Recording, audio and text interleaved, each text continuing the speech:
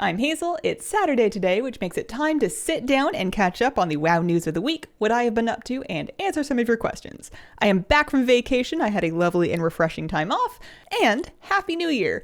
I am entering my 10th year of content creation this year, which is not the direction I expected my life to go 10 years ago.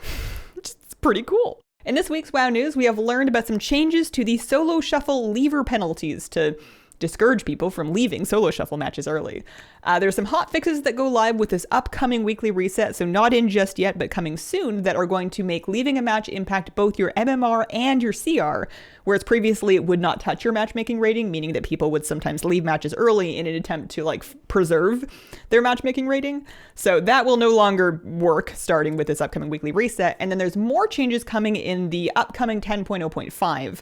There will be a pop-up window that explains the penalties to somebody that is potentially leaving with a 5-second countdown before they can confirm that they, yes, definitely want to abandon their solo shuffle match. And they also mentioned potential account suspensions to people who are excessively leaving matches. I know a lot of people have been having a really great time with Solo Shuffle and Dragonflight that is mostly impacted by how disruptive it is when people leave. So these are some good changes that should hopefully help kind of mitigate that problem.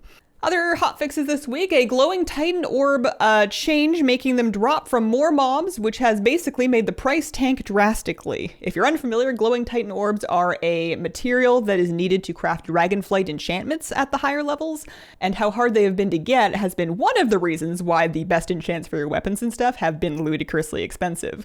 Now that the Titan orbs can drop from more locations, the prices have come down and enchanting prices should follow, making it much more affordable to actually put good enchants on your weapons.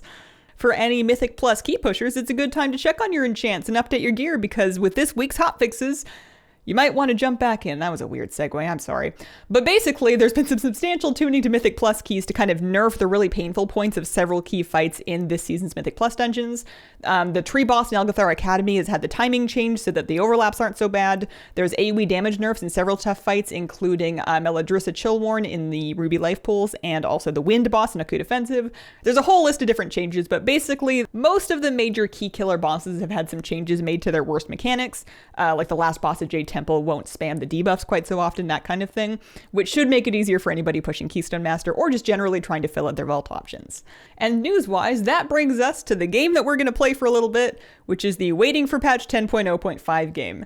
That's the next major content update to WoW, and it will not end the season, so don't stress about not having enough time for the raid or Mythic Plus or PvP. That's not going away in 10.05, but it is going to bring the trading post and then transmugging white and gray items, which should keep people busy. So it's something we're looking forward to, but we don't know exactly when it's going to drop. The best info we have so far on when the next patch is winter and early this year, which kind of indicates like a late January, sort of February situation, but it's January 7th today, so if it's coming this month, then hopefully we hear something concrete about that soon. Dragonflight's been chugging along, and the general reception has been really good, but as people start to kind of get finished with their rep farms, their renown farms, there's going to be more demand for something new to work on, especially in the outdoor overworld. So 10.05 should help to fill that niche. 10.07 will do more, but I think it's all going to come down to how quickly those patches can come out and whether or not people are starting to get bored with the available Dragonflight activities by then. I think the reason that this is on my mind is that I personally finished the Tuskar Renown. I've got Tuskar Renown 30, and I've had it for a while now.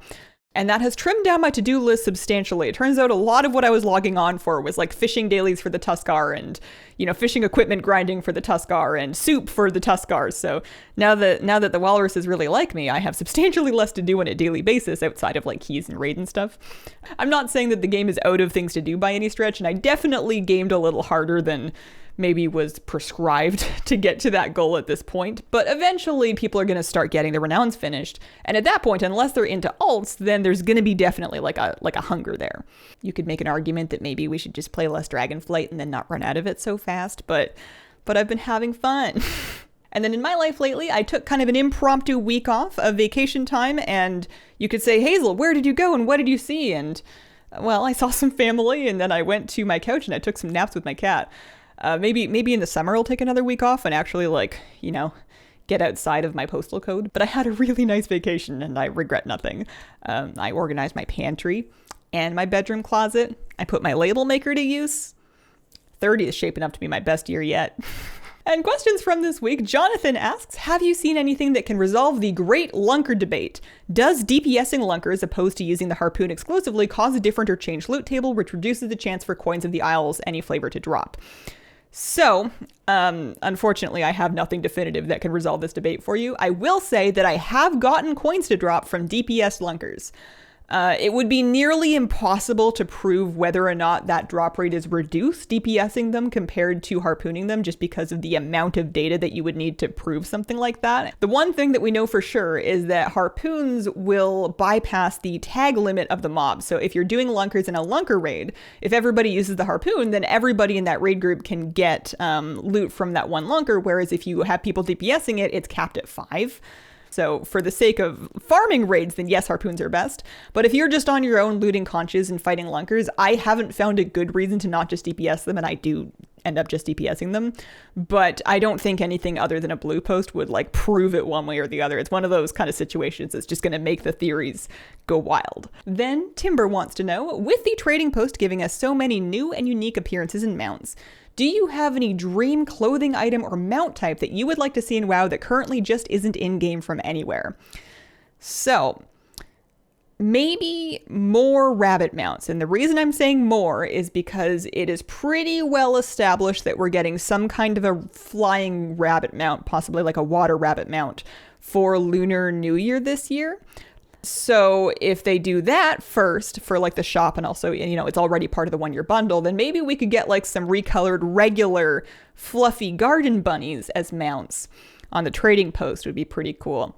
Or failing that, squirrels.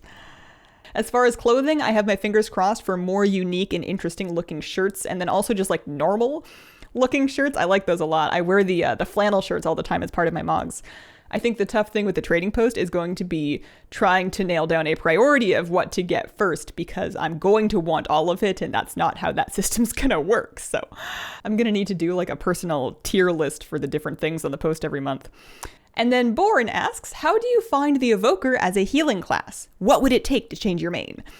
So, Preservation Evoker, which is what I've been maining for Dragonflight in Mythic Plus and in raids, has been very fun. I love how versatile it is. At first, I found myself feeling very limited in specific situations, you know, where everybody's like scattered and far from you, and taking damage can be kind of frustrating as a Preservation Evoker. But once I kind of got over myself a little bit and looked for ways to solve my problems, there is so much in that toolkit that you can do cool stuff with, and there's so many different ways to put it together to make different solutions happen.